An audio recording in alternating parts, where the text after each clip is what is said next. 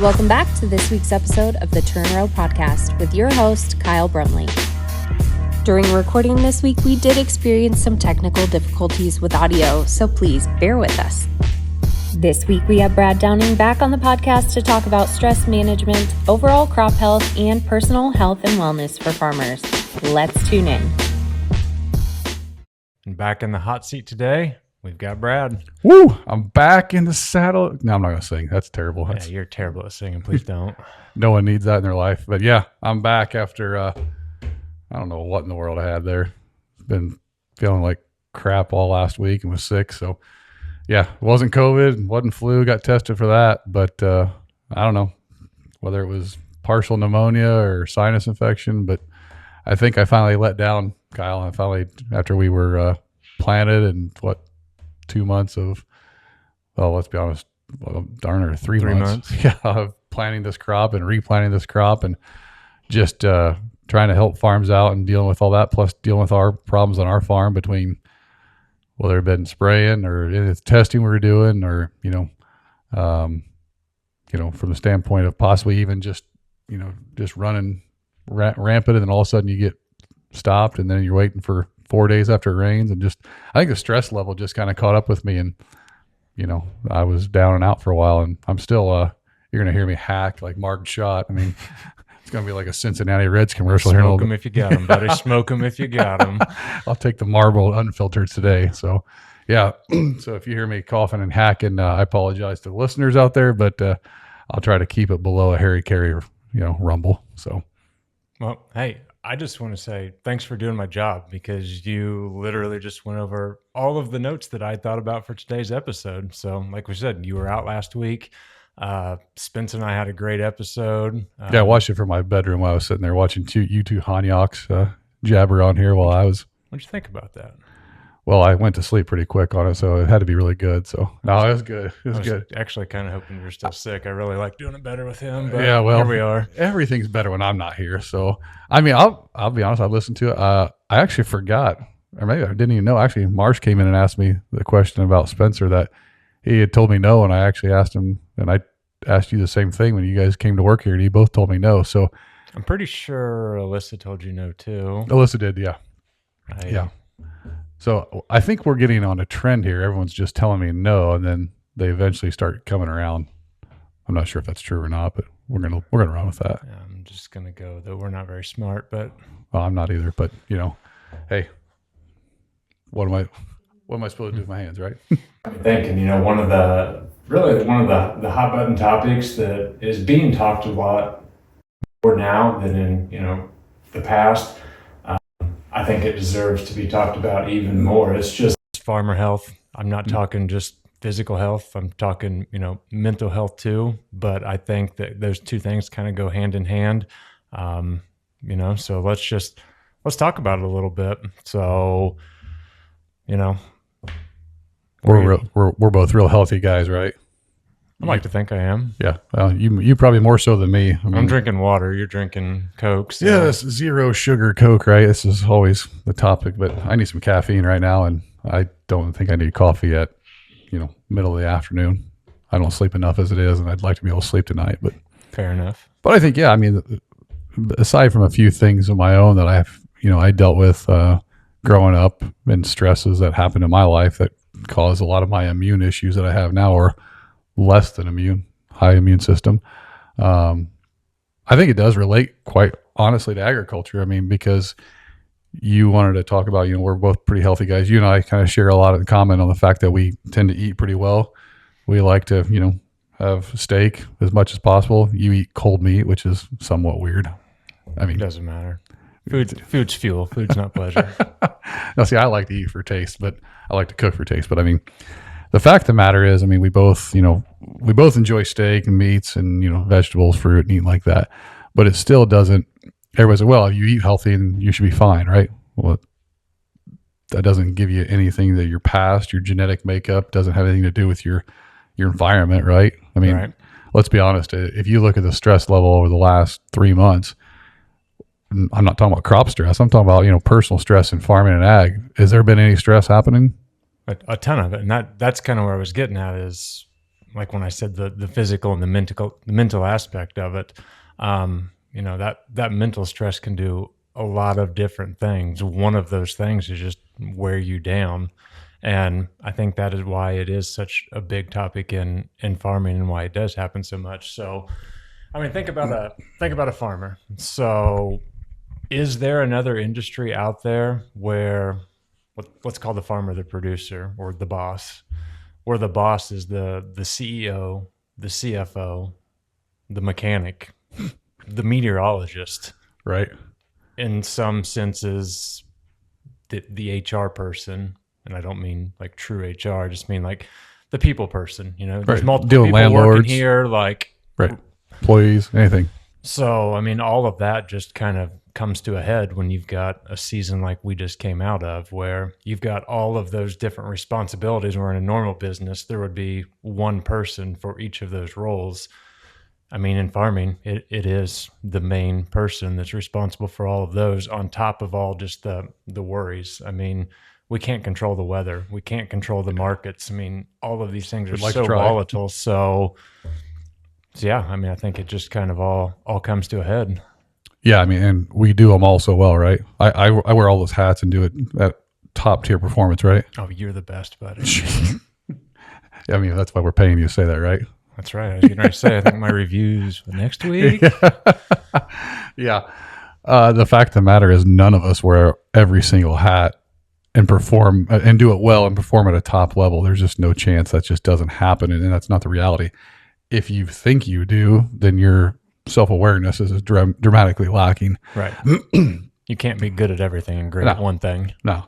So, I mean, even for myself, I mean, starting this business and then with the farm and with the research, I mean, I want to be involved and want to be operating at such a top level. But I've also realized that some of the things that are dragging me down in my own health is, sometimes I need to get out of a certain lane, and I'm not going to be the best at that. And I know I'm not. So, you take all the stresses of worrying about, I'll just be honest with mine. I mean, we worry about, taking care of our customers first and foremost, and how that takes, a toll of trying to make sure that we get everything for everybody when they need it, and all our staff doing that. Then the next thing is we're worried about getting our own acres done so we can have the right timing, the right testing, and make sure that our, data we have through dirt is actually worthwhile, where people actually want to see it. And actually, it's not just, well, we went out there and did something and we saw a little bit of result. I mean, we want to make sure it's legit. The stress level of that for me is because I'm stressed out because I want it to be done perfect. And I'm not a perfectionist at all, am I? No. Yeah. No, and it has to be. I mean, it has to be done perfect. First time caller, long time listener. Yeah, that's me. Like you said, I mean that. Right, Alyssa? I'm really good at being just perfect, right? Yeah, she doesn't want to answer that question. Yeah, back to that review thing. Yeah, you are perfect. Yeah. You are perfect. Yeah. Just like a mantra, keep telling. But no, I mean, between that and then, worried about, markets, everybody thinks we're immune to, the economic side of things because our business is Cross Creek Ag. We still have the farm. Well, guess what? They're separate businesses, separate entities, and one doesn't feed the other. I mean, they work together, but the fact of the matter is I'm, worried about the economics of the farm. I'm worried about, marketing, worried about what's going on overseas in Iran, the Strait of Hormuz, what's going on politically with the Trump administration, what's not going on with them inside agriculture right now, which, I won't dive into that, but my opinion is there's a lot of things, there's a lot of talk, but the stress level of the fact of the matter is there hasn't been a lot of walk. There's been a lot of talk, but not a lot of walk. So I'm kind of frustrated and stressed about that. And that all just starts stacking up, and you can't control it. I mean, I'm the guilty as anybody else. I mean, control is an illusion, but I think I can control it. I think I can do things, and I can work hard enough, and I can put more hours in to control it and make it better. But the fact of the matter is I'm getting old, and that's why there's enough gray left in this beard here as it's coming on. I mean, you can't keep doing it at that level and worried about controlling stuff because ultimately you can't control it. And then your health degrades, even though you're doing things right. You may be working out, you may be eating right, but the stress level, I think, is probably the number one thing that causes, immune issues and not having a good, healthy immune system. Yeah, I definitely agree there. So, and I've got to learn that where, maybe Spence, Alyssa, maybe I should be saying no to some things, maybe. Do I do that well? Do I say no? I mean, if you're out there, somebody who's got a spam caller number, just call this guy. He will answer you. There's very few phone calls I don't answer. So, but that all, and I don't want that to be a negative, but also I want that to be also, I have to understand that I go back to my own, what you talk about genetic makeup, or you talk about history, right? I mean, when I was 6 years old, I had mono, and I was out, school, at home, and in the hospital for a couple of weeks. That destroyed my immune system as a young kid. It took me forever. Let's be honest, damn near died of H1N1 in 2014. Spent 5 days in hospital, 3, but I don't even remember. I was in a coma or something right after my son Lincoln was born, and I was there. And so that was another degradation of my immune system. And ever since then, I've just had a hard time rebuilding my immune system to be at a top level. And it's gotten better over the years, but if I'm not paying attention and I'm just work and worried and stressed out, then all of a sudden, once we do hit a point in time like last week where I think we took a breath, I can't talk. Took a breath. It took my speech too. Took a breath, and basically, I was able to let down and slow down for a second, and just everything tanked. So got to be cognizant of that, of our own health. And I think that's, you talk about, there's so many people we work with, right? On our farms, the people we service, the people that are watching this. If you're involved in ag, you don't really have to be involved in ag, but ag has its own certain stresses. Yep. If we're not watching out for each other, I mean, I know we're out there competing against different companies. We're out there competing against different farms. Everybody's trying to, have different acres you're taking on. But ultimately speaking, if we're not out watching out for each other, it's probably not a great idea. No, I mean, at the end of the day, like you said, as big as it feels, I mean, like industry-wise, competition-wise, it's small.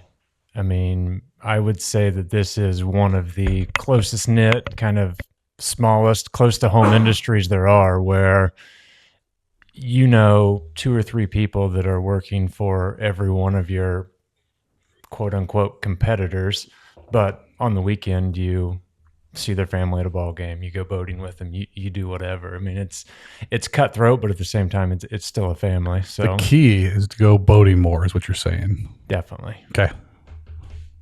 Boats, and never mind. That's wrong. Different podcast. That's the wrong movie, but but no, that is a very tough thing. And we talk about, we should do it, but it is very tough to say, oh, hey, we should go take more time off on farming or running a farm or ag business, because the big key factor that probably gave us the most stress this year was weather, because we couldn't accomplish what we wanted to accomplish in the time period we wanted to do it, because there was key decisions that had to be made. And it's the decision making. I'll give you, for our example, we talked about in April, and other people were planting. You guys were planting beans, planting corn early to mid-April, and it was really cold. Conditions were good. I mean, from a standpoint of the ground was good. It was dry. Moisture was good. Yeah, moisture was beyond good. That, Conditions to plant in were good, right, except for temperature. But the 2 weeks after that were showing rainfall, cold dipping temperatures, and I'm not a big fan of planting into that condition. We chose not to. We don't know what it's going to look like come fall. It's not right or wrong. It's just we chose not to, which put us behind the ball based on getting things done, because the rest of the spring here just, I mean, did we ever have more than 2.5, 3 days we ever got to work? No, I think there was one day this spring where both of us were actually able to just go out and feel like you got something done, besides having to road from one farm to the other, spend a bunch of time deciding should I or shouldn't I do it. So right, which caused stress, inefficiency, all the above. Right. So that, compounds things when I get back to talking about the weather. I mean, the fact of the matter is the weather was stressful, which caused us to have it, because we couldn't get done what we wanted done. And like over this weekend, I was able to actually, I think Friday, this was Father's Day weekend. So Friday, I was able to get up and do some stuff and felt good enough to walk around and get out and do stuff, but was out of breath quite a bit. And by Saturday, I mean, we were working on some stuff together on Saturday, and then Saturday afternoon, I found a couple of farms that we needed a side dress that were dry enough that I could get across them. So me and Teddy were out side dressing, and Teddy tended me till I think I got in at 1:00 in the morning, Sunday morning. And that's probably not a great idea, but the window was there. And then Sunday on Father's Day, so what do you do on Sunday on Father's Day, right? Spend time with your family, right? Mm-hmm. I did, but I also had another window that we could complete the side dress. So yesterday I did the 2 plots here and got that finished. And like you said, that Check. window, it's a good thing you did because it started raining. Every time we do a podcast, it's raining or just rained. Yeah. Got close to an inch. It's absolutely freezing outside today. So yeah, what'd you do today? I went and waded around in the mud wearing a winter coat, pulling tissue samples, and decided to quit because it wasn't worth it. On June 22nd, 2026, Kyle is in a winter coat pulling tissue samples in the rain. Yeah. No stress level. So let's transition that, right? We're talking about human stress. So what's that equate to crop stress? Because it's June 22nd, corn's anywhere from, some places V4, some places V10. No stress here, right? When it's 60 degrees and raining and No, my opinion is it's supposed to be cold, I think, through tomorrow, maybe Wednesday, overcast, not a lot of sun. These crops are they're not going to know what's going on. This happened to us a couple years ago. I think it was two years ago. Yeah, we went through this cold spell. We saw a lot of root rots coming on late. We saw a lot of just stagnant crops that took a while to get going again. So I think we're geared up to see it again. yeah, you just mentioned them back in 2024, something I'd never experienced on our farm. You got to see it in Eastern Indiana and Ohio. You look at the conditions we planted in 24, we put in some crops in some wet, Right.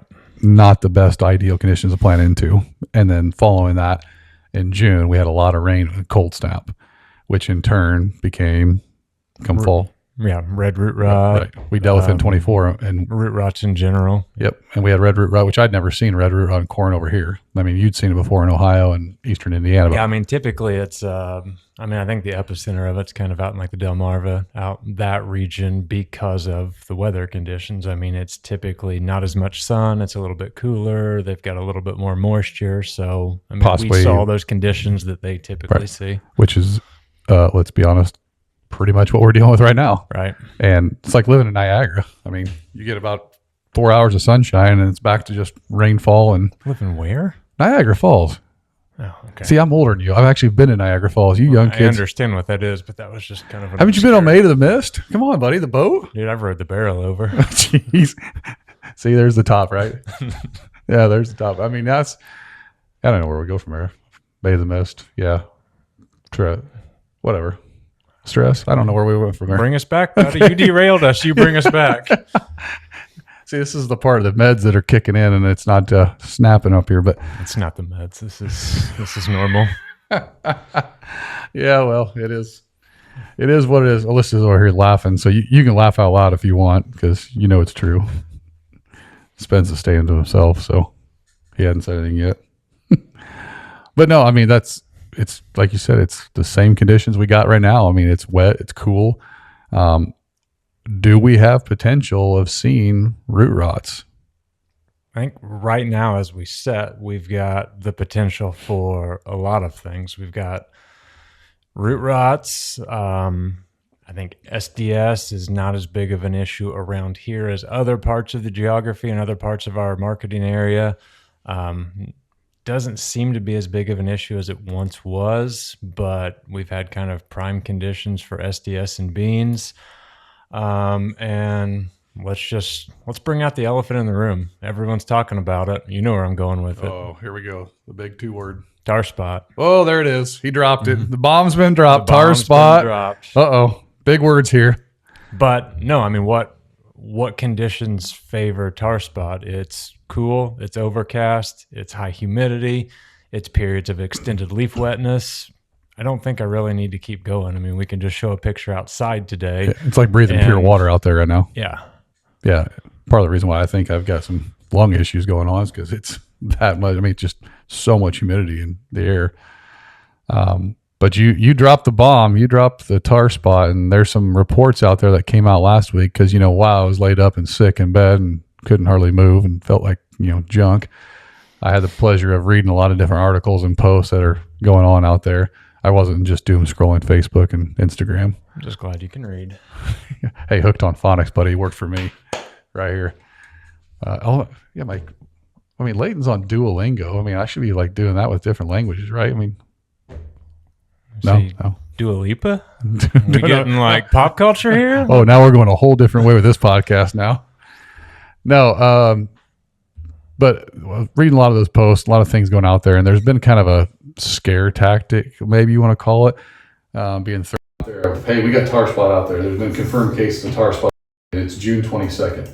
You look at what most of this crop was planted into, and I'm not saying everywhere, but I'm just saying central Indiana and north central Indiana, the stress load that plant started with and had to go through, whether it was planted early or whether it was planted late May, 1st of June, all that had different stress levels it had to go through. No question. Mm-hmm. What you did to help that stress level within your crop, whether it was your in-furrow, your 2x2, your herbicide program, if you're already sprayed post on corn and had some foliars in it, what did you do from a diet standpoint from that crop? And also what's more important to me is the soil, right? We talk about, we have gut, right? All of our gut bacteria in our own human body is, let's be honest, it's 90% of what makes up. Actually, what's funny is I can't pull a stat out of my rear end right now, but the amount of living organisms in your body. It's billions, if potentially not trillions. Right. It's at least in the billions. Yeah. I mean, you basically are like 96 or 97% non-human DNA in your body because it's, other bacteria that's growing in microbes.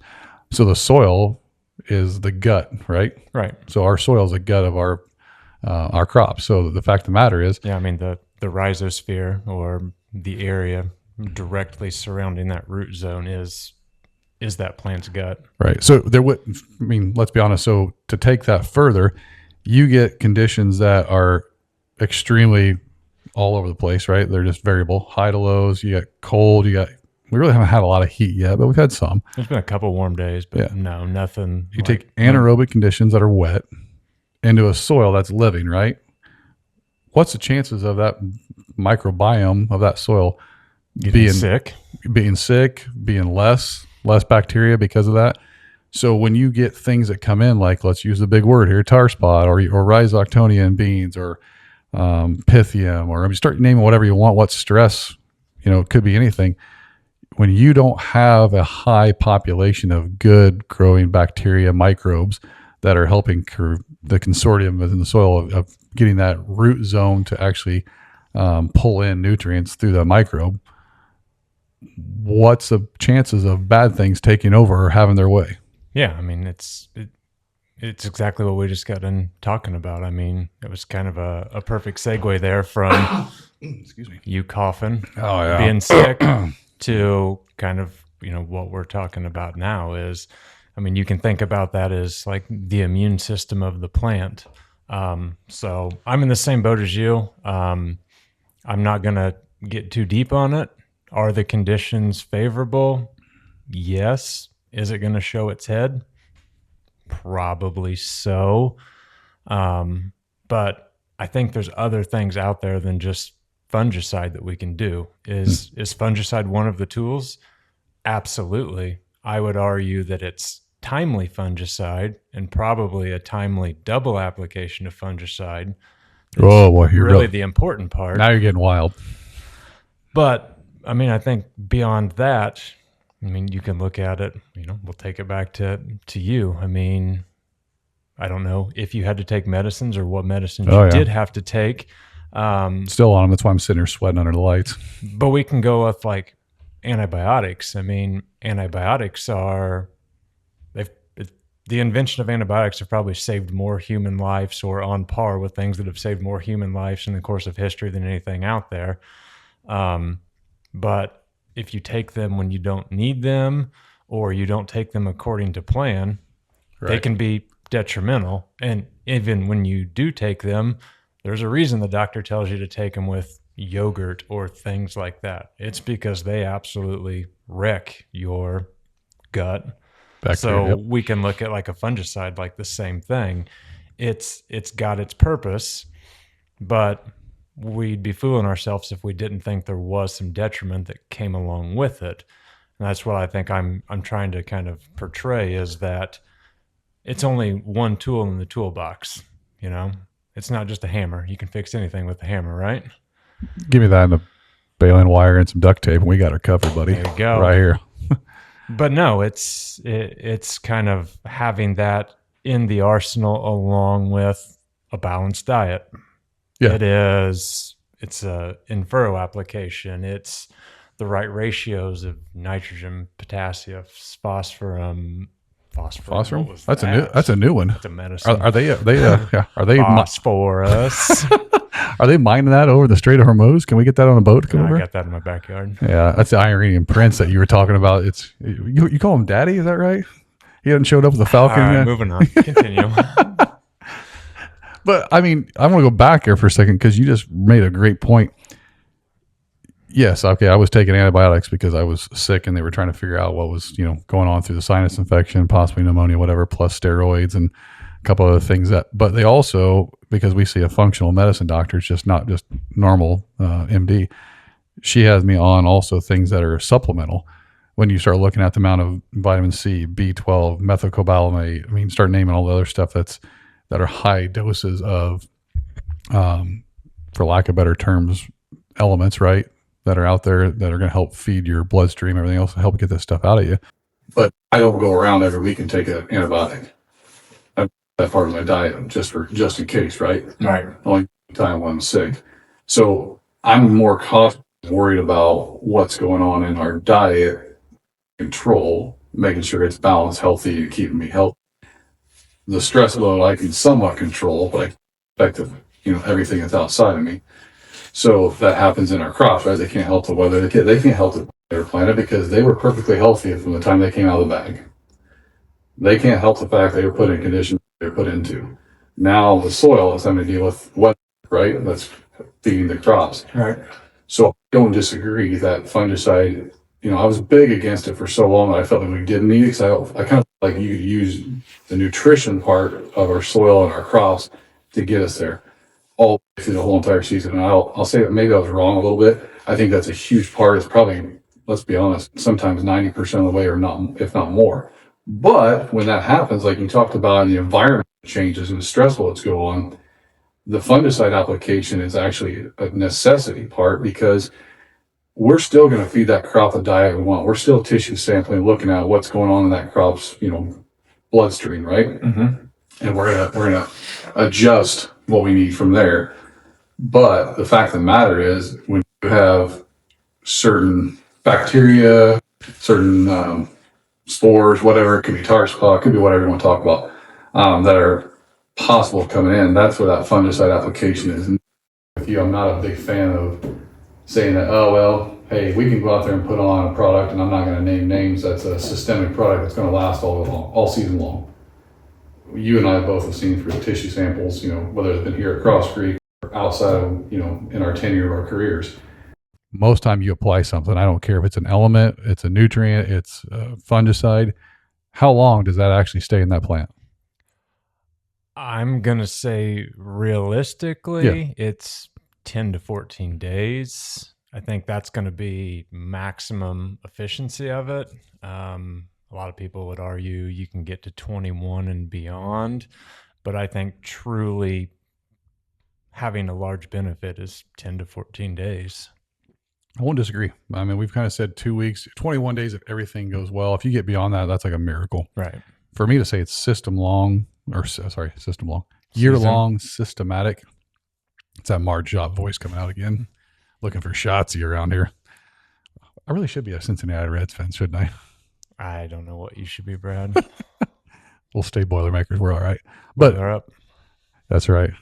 But that's a season-long systematic approach that I don't believe is going to be there. You may get some health out of the plant. You may get some things that happen, but you're going to have to keep monitoring that plant, because if I would have taken, I'm just using my example of my own personal life. If I'd taken, had mono as a kid, had AH1N1, so I should have been able to take antibiotics and everything and fix at that point on. I should not have to worry about the rest of my life, right? Should be perfectly fine. Or if you're vaccinated for something, we won't even go down that rabbit trail. Let's bypass that. Yeah.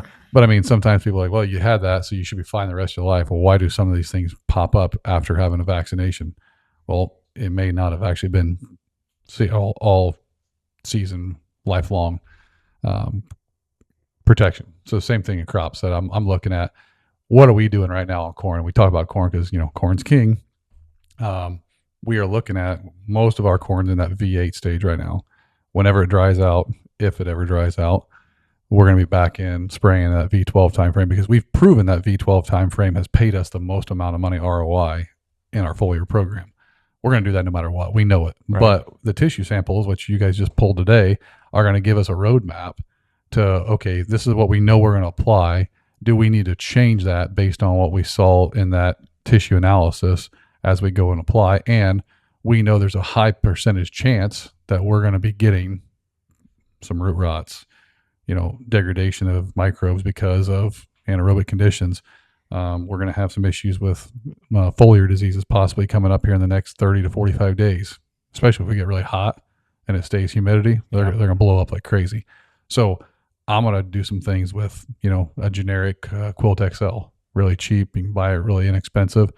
Propiconazole and oxystrobularin. We're going to put it on and we're going to use that as our segue to get to that R3 timeframe brown silk and then evaluate at that point in time, what are we going to add to our foliar program? Do we need to have another fungicide application then? Same thing in beans. The big thing with beans though, Kyle, right now, you've seen a lot of acres. I've seen the acres. Beans, I'm just going to call it as it is. I don't really care. They're ugly. They're very ugly. I don't care whose beans they are. They look like crap right now. Yeah, it's even more so than we talked about on corn. I mean, they're stunted, they're behind, they're confused. They love wet feet, right? Love it. Yeah. It's like an Austin Powers comment, like Chloe, his mom that had web feet. No, different story. You've lost See, me I'm again. too old. I make these references from the 90s. No one gets it. I'm dealing with a bunch of youngsters here that don't get 90s comedy. I don't know. We're going to make them go watch Austin Powers. Oh, I've seen Austin Powers, but I've got no idea. Look up Chloe, his mom, web feed. Anyways, you don't know where to go with this, do you? Oh, and now you guys know what it's like to work with Brad on a daily basis. Yeah. Anyways, back to beans. The fact of the matter is beans are... We're just not nodulating. I mean, that's the end of it. I mean, we've got a compromised root structure.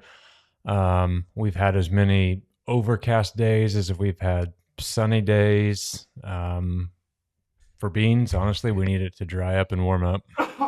It does need to dry up and warm up for beans. They're just anaerobic conditions. You're right. Nodulation. We've pulled a lot of bean plants and looking at them. It's been a real challenge. I mean, they're not nodulating as much as they should right now. And let's be honest, without the fact of sun, what are we missing right now? I don't know. I mean, this is where you say chlorophyll. You lost me again. You lost me again. So this is where, Are you? What kind of meds are you on? they must be really good because I'm sweating them out right now, sitting in front of everybody. No, that's the thing you talked about is the fact that we've been cold, wet. It's been raining almost feel like every other day. There hasn't been a lot of sunlight. No. So the chlorophyll production is down dramatically in soybeans, which is causing obviously that, a lot of expression and one of the reasons why we're seeing yellow beans. So without, I don't have the ability to fix that issue. I can't do much about the fact that we aren't getting, around here at least, we're not getting sunny days and but we got plenty of moisture. Plenty of it. Yep. Too much.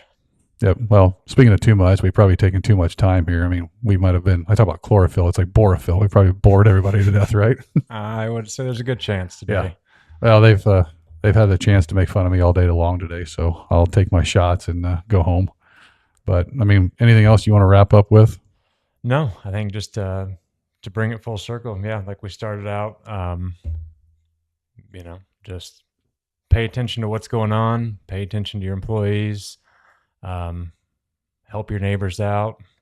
Like we said, it can feel big and daunting out there, but at the end of the day, this is a very small community that's also very tight knit. As much as we want to compete, as much as we want to compare ourselves to our neighbors, if you were stranded on the side of the road, I guarantee you they'd be one of the first people to pick you up, even if they were your arch rival in business or whatever it may be.